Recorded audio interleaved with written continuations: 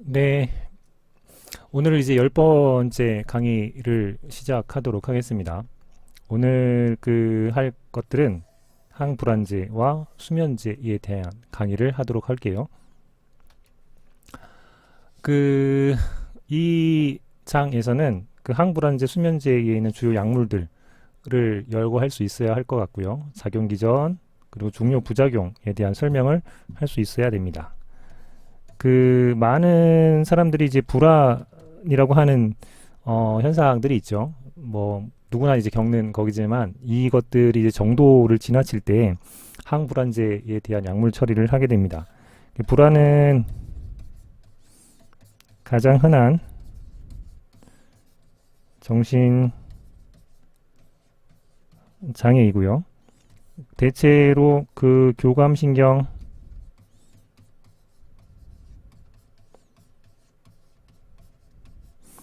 흥분으로 일어나는 현상들입니다. 요강신경이 흥분되면 빠른 맥, 그리고 땀, 분비, 그리고 두근거림, 이런 증상들이 나타나게 되겠죠. 자, 그러면 어떤 항불안제를 사용할 수 있는지 한번 살펴보도록 하겠습니다.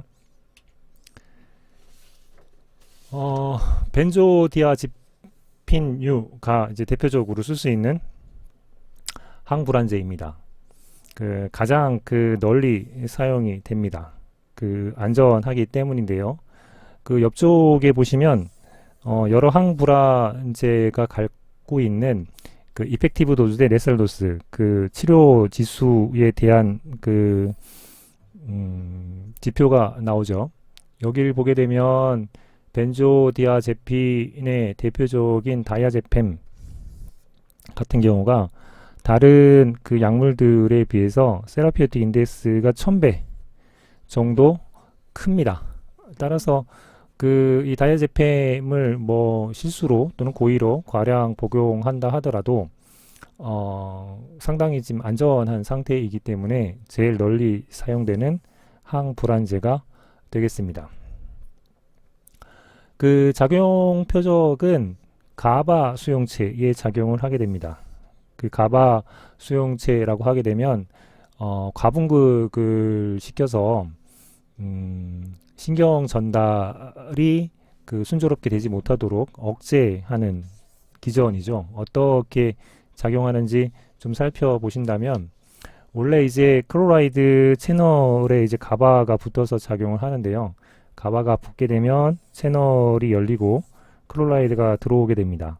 이 상황에서 벤조디아제핀이 같이 이제 결합을 해주게 되면 클로라이드가 들어오는 채널에 강도가 세져서 클로라이드가 더 많이 세포 안으로, 신경세포 안으로 들어오게 돼서 활동전이 생성을 억제하고 신경전달을 감약시켜서 교감신경에 대한 흥분을 감소시키는 역할을 하도록 하게 합니다. 이런 작용들을 보게 되면 불안을 감소시키게 되고요. 그리고 진정과 체면 작용을 일으킬 거고요. 그리고 선행성 건망증 같은 것들이 생길 수가 있습니다. 이런 것들은 일시적인 기억 상실, 기억 손상 뭐 이런 거라고 생각하시면 될 것 같습니다. 왜냐하면 아세틸콜린이나 교감신경에 대한 과정들이 이제 기억에 이제 도움이 되는 부분들이 있기 때문에 이런 현상들이 발생할 수가 있죠. 그리고 항경련제로도 사용이 가능하고 근육이완제로도 역할들을 하게 됩니다. 작용 시간에 대한 과정으로 이제 분류를 할 수 있는데요. 단시간, 중시간, 장시간 작용 그룹으로 분류를 할 수 있겠습니다. 그래서 단시간 같은 경우에는 3시간에서 8시간 정도, 중시간 같은 중기간 작용하는 그룹들은 10시간에서 12시간 정도, 그리고 기간 작용하는 것들은 하루에서 3일 정도 작용하는 방식들이죠. 지질 친화성이 이제 어떻게 나타나는가에 따라서 좀 더 친화적인 것들은 장시간 쪽으로 갈 거고요. 친화성이 조금 낮은 녀석들은 단시간 쪽으로 작용 그룹이 분류되어 있습니다. 그러면 이러한 그 작용에 따라서 적절한 치료 용도를 선택할 수가 있는데, 불안증 같은 경우에는 가능한 한 이제 오래 작용을 하는 게 이제 좋겠죠. 그래서 불안증 다이아제펜 같은 경우는 장기간 사용하는 그룹 중에 가장 안전하게 쓸 수 있는 형태가 되겠고요. 수면장애에 대한 부분들을 치료할 때는 딱 잠자는 동안에만 작용하는 것들이 좋기 때문에 대표적인 트리아졸람을 한번 보죠. 네, 이쪽 편을 보여드리기 위해서 말씀드렸습니다. 트리아졸람이 이쪽에 있다라고 하는 것이 있고요. 그리고 뭐 때에 따라서 테마제팜 같은 경우는 뭐 중시간 작용이긴 하지만 10시간에서 20시간 정도 작용하는 테마제팜 수면장애 치료에 사용하기도 합니다. 그 다음에 그 기억 상실에 대한 부분들을 주기 위해서 뭐 대표적으로 내시경이나 혈관 성형술 등 이제 뭐 수술, 처치 같은 것들이 일어날 때 그 불쾌감 같은 것들을 굳이 이제 알고 일어났다는 사실을 기억한다는 것들은 별로 좋지 않기 때문에 그것들을 조금 상쇄시키기 위해서 쓰는 미다졸람 같은 것들이 있습니다. 그리고 발작의 질환에 쓰는 클로라세페이트 같은 것들이 있고요. 그래서 각각의 치료 용도에 그 어떤 작용 시간에 대한 그룹들을 쓰는가 좀 살피면 좋겠다라고 하는 생각이 듭니다. 그리고 그 불면증 수면 장애 치료에 그 사용을 할 때 불면증이 이제 발생하는 빈도를 보게 되면 얼마만큼 그 몸에 많이 이제 남아 있는가, 그리고 오랫동안 그것들이 남아서 작용하는가에 대한 영향들이라고 보면 되는데요. 약물이 오랫동안 프로라제핀 같은 경우는 남아 있는 현상들이 있어서 이 녀석은 약물 중단을 하더라도 그 수면을 조금 더 오랫동안 시키는 현상들이 일어나게 되고요. 그 굉장히 빨리 제거되는 약물들 같은 경우에는 빠른 제거가 일어나기 때문에 이제 불면증에 대한 부작용들이 오히려 생기는 현상들이 나타날 수가 있게 됩니다. 그래서 약물들이 체내에 얼마만큼 오랫동안 남아 있고 얼마만큼 빨리 제거되는가에 따른 그 현상들이 이제 이렇게 이제 나타날 수가 있게 됩니다. 그 벤조디아제핀류가 갖고 있는 부작용들을 보게 되면 그 대표적으로 좀 중요한 것들이 의존성을 갖게 되죠. 그래서 이 약물을 끊게 되면 오히려 불면증이라고 하는 금단 증상들이 나타나기 때문에 계속 약물을 복용해야 되는 그 의존적인 상황이 발생할 수가 있게 되고요. 부작용이라고 하게 되면 그 졸음하고 혼돈 또는 운동실조 또는 인식장애 같은 부작용들이 나타나게 됩니다. 교감신경 흥분을 일부 이제 차단하는 효과를 갖고 있기 때문이죠. 이러한 이제 부작용들이 좀 심각해지면 거기에 대한 그 기량제를 쓸 수 있습니다. 그 중에 대표적인 것들이 그 플로바제닐이라고 하는 기량제를 사용할 수 있다. 이런 것들을 조금 살피면 좋겠습니다. 이 기량제는 그 가바 A 수용체 기량제에 해당을 하죠.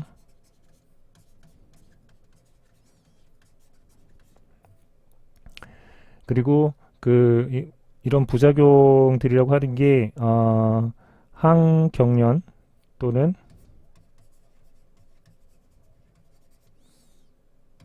근육이완 이런 그 현상들도 이제 같이 이제 나타날 수 있기 때문에 좀 저것들이 이제 좋은 작용이기도 하고 또는 안 좋은 작용으로도 할 수 있는 현상들이어서 좀 살피면 좋겠다는 생각을 합니다. 자, 그 다음에 기타 항불안제를 보시면 항우울제를 항불안제로 많이들 이제 사용을 하게 됩니다.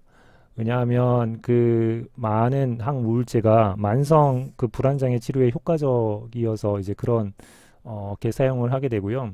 또는 특히 그 항불안제에 대한 탐익이나 의존성 이런 게 염려되는 환자들한테는 1차 선택제로 오히려 항우울제를 선택하는 경향을 따르게 됩니다.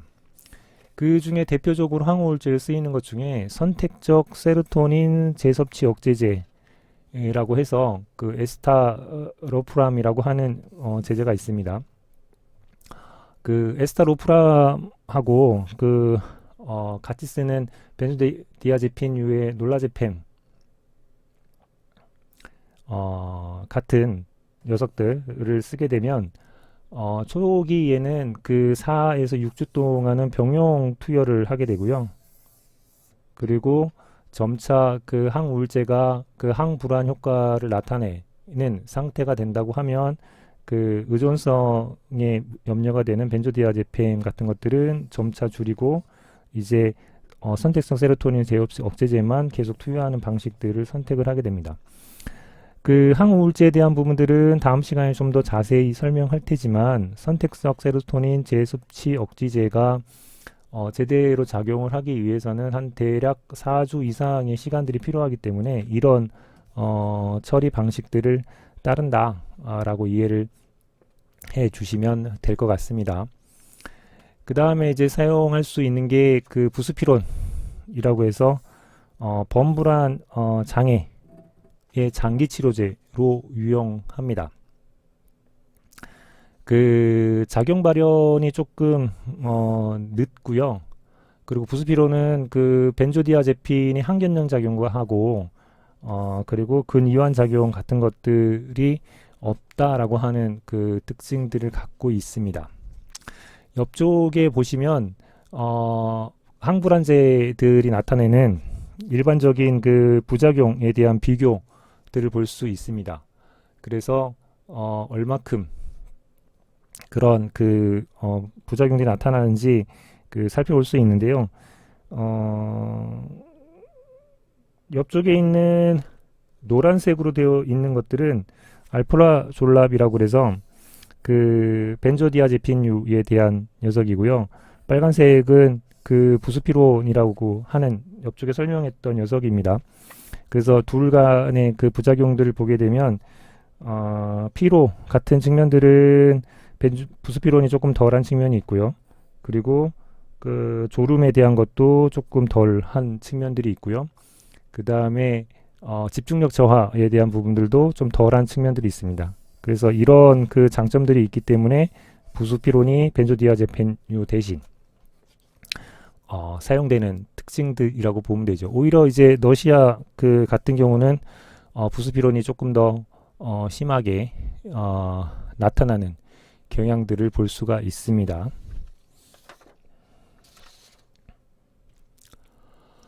다음에는 이제 바비추레이트라고 하는 녀석인데요. 그 이전에는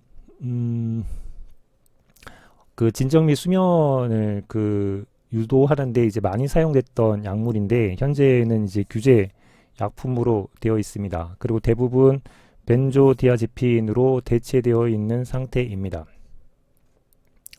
그리고 이 바비추레이트가 그 작용하는 시간에 따라서 페노바비탈 같이 그 장시간 작용하는 녀석이 있고요. 그리고 3에서 8시간 정도 단시간 작용하는 약물들이 있게 됩니다. 치료 용도로는 마취제 또는 경련을 억제할 때 진정 및 최면제에 대한 상황들로 사용을 하게 됩니다. 부작용은 중독 가능성들이 존재하고 어지러움이라든가 졸음이라든가 트레머, 그리고 오심 이런 것들이 있게 되고요.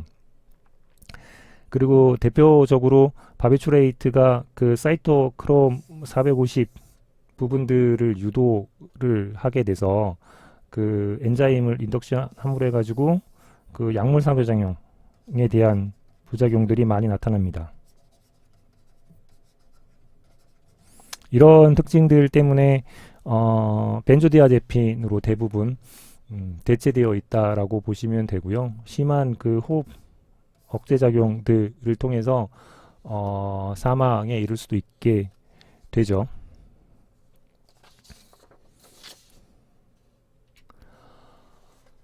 자, 기타 수면제로 이제 소개를 드리면 대표적인 졸피뎀이 있습니다. 졸피뎀이요. 그 졸피뎀 같은 경우에는 그 작용이 나타나는데 이제 30분 정도 시간이 걸리고, 그 다음에 그 작용을 유지하는 데는 한 5시간 정도 걸리는 약입니다. 그 항경련이나 근육 이완 작용들은 없이 그 수면의 효과들을 나타낼 수 있고, 특히 장점으로는 금단 현상 같은 것들을 일으키지 않는 장점을 갖고 있습니다. 또한 그 반동성 불면증 같은 것도 잘 일으키지 않습니다. 그래서 수면제로 이제 많이 그 사용될 수 있는 처방되는 대표적인 약 중에 하나라고 보시면 되죠. 그 한국말의 졸음이라는 것들을 생각을 한다고 하면 졸피뎀이라고 하는 것들이 수면제에 사용되는 약이다 라는 것들을 좀 추정할 수 있고요. 여러분들이 한국말을 조금 잘 이해할 수 있으면 좋겠습니다. 그 다음에 한국말에 잔다 라는 표현 있죠. 또는 난 이제부터 잘래 라고 하는 표현들을 쓴다면 잘레푸론 같은 것도 마찬가지로 수면제로 쓸 수 있는 녀석이다 라고 하는 것들을 좀 추정할 수 있을 겁니다. 뭐 제미스라고 한번 약품 소개를 이런 식으로 해봤고요.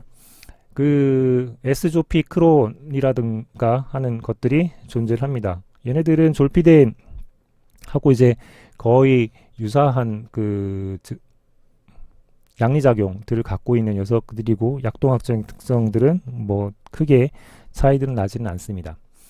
그 다음에 날메테론이라고 하는 그 녀석들이 있죠.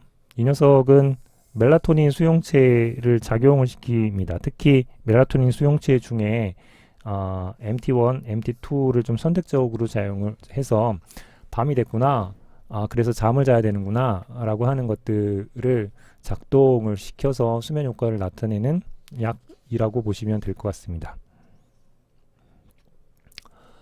그 항불안제 및 그 수면제의 치료적 장단점에 대한 부분들을 요약을 해 놓은 겁니다. 그래서 바비추레이트에 대한 부분들, 그 다음에 다른 에이전트들, 그 다음에 그 바비추레이트, 여기는 그 벤조디아제핀에 대한 거죠. 제가 이제 그 보다가 잘못 발음을 했습니다. 그 각각에 대한 부분들을 요약을 할 겸 그 하나하나 이제 여러분들이 참고해서 이해를 해주시면 되는데요. 그 만성에 그 오랫동안 장기간 치료에 이제 유용한 녀석들이 있고요. 그 다음에 여러 가지 이제 부작용에 대한 부분들이 있죠. 인식 장애라든가 아니면 근무력 같은 것들이 발생하는 부작용, 그리고 뭐 단점, 이런 것들이 있습니다. 그 벤도지아제핀이 갖고 있는 뭐 대부분의 단점들이 이제 여기에 해당을 하겠죠. 그 다음에 그 다시 이제 불면증이 뭐 더 심해지는 대표적인 약들이 있고요. 또 강해지는 약들이 있고요. 다른 그 장점들은 하나하나 체크하시면서 정리해서 읽어보시면 좋겠습니다. 그 다음에 그 다른 녀석들을 보게 되면 다른 에이전트들이 갖고 있는 것 중에 단점이라고 하게 되면 항경련이라든가 아니면 진정 근육 이완이나 항경련에 대한 것들이 없다라고 하는 것들이 단점이 되겠죠. 그 다른 부분들의 다양한 그 장점에도 비교해서 그 생각을 해보시면 좋겠다라고 하는 거고요. 그 중에 이제 대표적인 게 그 앞쪽에서도 말씀드렸던 부스피론 같은 것들이 있게 됩니다. 기타 부분들은 하나하나 그 정리하면서 다시 한번 지금까지 설명드렸던 기본적인 내용들 이해하시는 데 도움이 되셨으면 좋겠습니다. 이 바비추레이트는 지금 규제 약물로 되어 있고 대체로 다 벤조디아제펜유로 대체되고 있다라는 말씀까지 드렸습니다. 자, 제가 조금 노안이 왔는지 이 글자들이 정확하게 안 보이는 것 때문에 발음이라든가 몇 가지 그 실수들이 종종 생길 수 있습니다. 좀 여러분들이 그런 점 양해를 해 주시고 여러분들 나눠 드릴지 아니면 여러분들 보게 할지는 잘 모르겠지만 그 파워포인트를 전달 받으신다면 예 복습을 하시면서 그런 부분들 조금 정리를 해주시면 감사하겠습니다.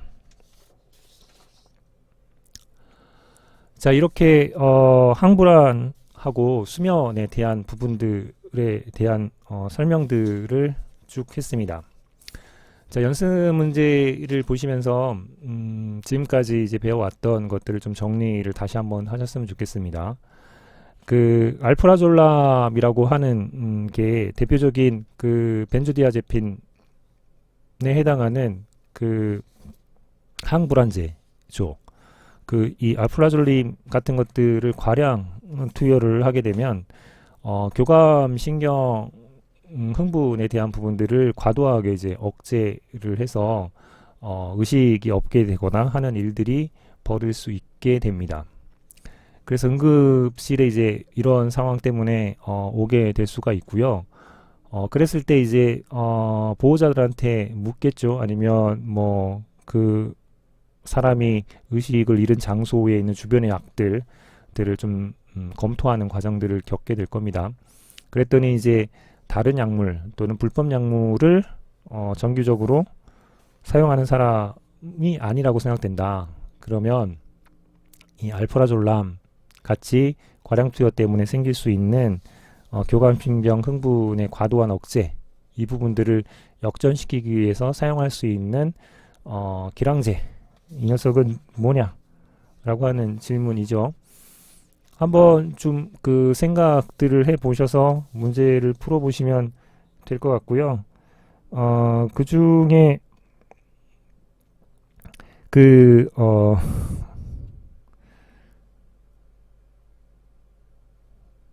따라서 이제 이런 그 알프라졸람 같이 벤조디아제펜 투여를 이제 오랫동안 하게 되면 이런 또 경련 위험성 같은 것들이 생길 수가 있어서 신중히 좀 투여해야 되는 부분들이 생기게 됩니다.